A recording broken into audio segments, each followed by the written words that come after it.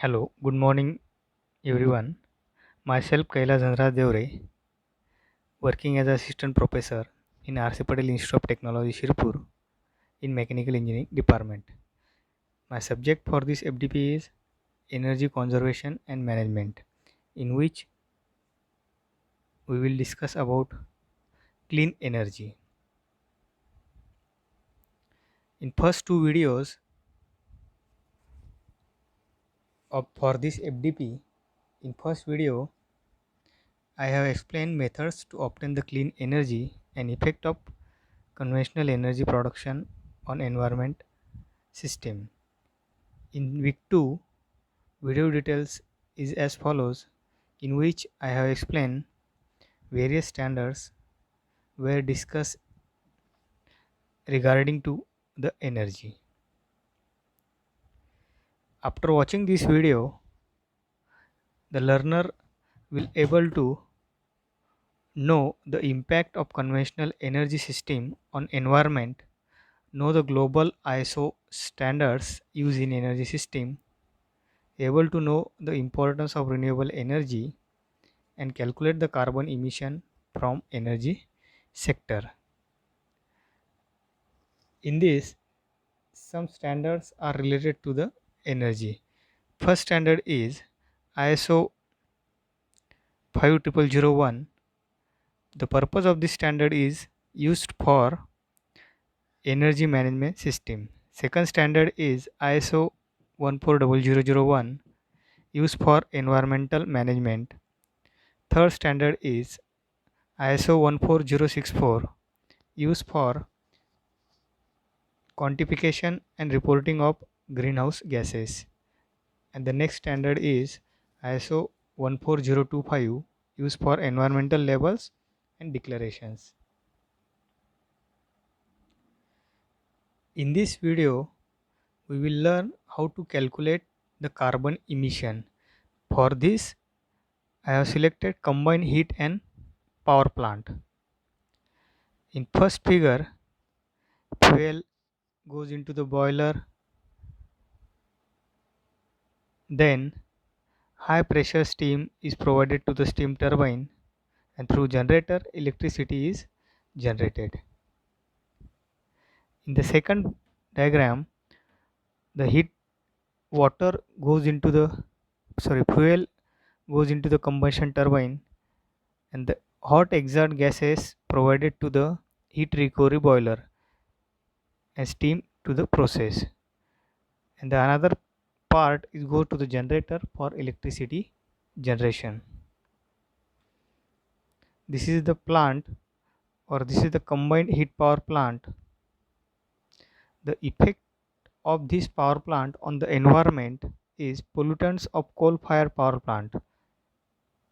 Different types of gases are produced due to this power plant, such as NOx, SO2, Hg, PM, black carbon, and smog. For the calculation of CO2 emission, I consider the following example.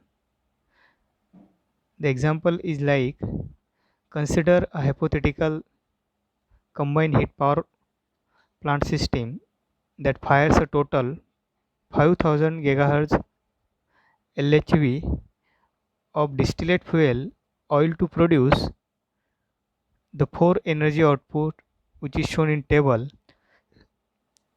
The total emissions from this system will be computed and allocated among the 4 output streams using the efficiency method, the energy content method, and the work potential method. These are the data given for the above plant, in which total energy is given, steam temperature, steam pressure, specific enthalpy, specific entropy is given. For reference, total energy is not applicable. Steam temperature 100 degrees Celsius, steam pressure 101.325 bar, specific enthalpy 419 kilojoule per kg, specific entropy is 1.3069 kilojoule per kg degree Kelvin. for stream 1, for electricity for stream 1, for stream 2 and stream 3. These are the combined data which is given in the example, and we have to find out the carbon, that is CO2 emissions.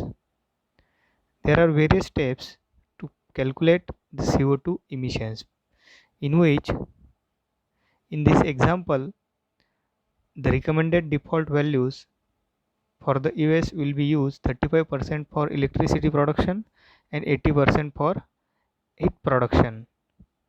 Step first, determine the total direct emission and the total steam and electricity output for the combined heat and power plant. EH is equal to 5000 GHz LHV into 74.1 kJ of CO2 per GHz LGV, which is equal to 370,500 kilojoule of CO2, in which heat is total heat for all the three steams is 3205 gigajoule, whereas for electricity which is equal to 245 gigajoule. Step 2, estimate the efficiencies of steam and electricity production. The formula for that, the total heat for steam divided by 0.8. 0.8 is nothing but heat production percentage, which is given 80%, that's why 0.8, plus 245 power for electricity generation, which is divided by 0.35, that is 35% for electricity production, and which is equal to total combination of steam and electricity or steam and power is equal to 4706 gigajoule fuel. The energy balance constraint has not been violated because 4706 gigajoule is less than the fuel consumption of the total CHP system, which is given in the example 5000 gigajoule. Next step is determine the fraction of total emissions to allocate to steam and electricity production, which is equal to EH is equal to H upon small eh divided by H upon EH plus P upon EP into ET, in which EH is the emission allocated to the steam production, H is the steam output which is energy, EH is the assumed efficiency of steam production, P is the delivery electricity generation which is also energy, and EP is the assumed efficiency of electricity generation. Whereas ET is total direct emissions of the system and EP is the emissions located to the electricity production.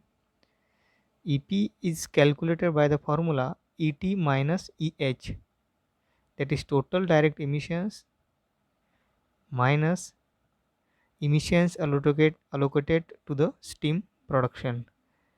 By putting the values in the above formula, we get the value of EH and EP, in which EH, which is emissions allocated to the steam production, is 3,15,392 kilojoule of CO2, whereas EP, which is emission allocated to the electricity production, is 55,108 kilojoule of CO2.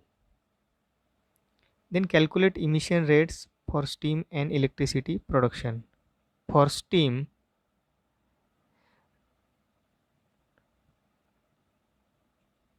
we have already calculated EH value for the steam and EP value for the electricity. Divide these values by the given values, that is for steam 98.4 kilogram CO2 per gigajoule, and for electricity 224.9 kilojoule of CO2 per gigajoule. Next table shows allocated emissions and emission rate results using the efficiency method. For electricity, stream 1, stream 2, stream 3 and total. Allocated emissions are, these values are in ton, CO2 55.1, emission rates kilojoule, kilogram CO2 per gigajoule, which is 225. For stream 1, 133, 98.4. If we see allocated emissions for stream 1, stream 2, stream 3 and emission rates for stream 1, stream 2, stream 3, for first two streams, emission rates is lower than the allocated emissions, whereas for electricity generation, the allocated emissions is lower and emission rates is higher. For that, this is the disadvantage of power plant. For that, we use the renewable energy source, which is clean energy such as solar energy, wind energy. If possible, try to obtain renewable energy instead of conventional methods. This will not only reduces the air pollution but also saves the consumer's energy bill. So it lowers the carbon emission and also improved energy system reliability. Thank you.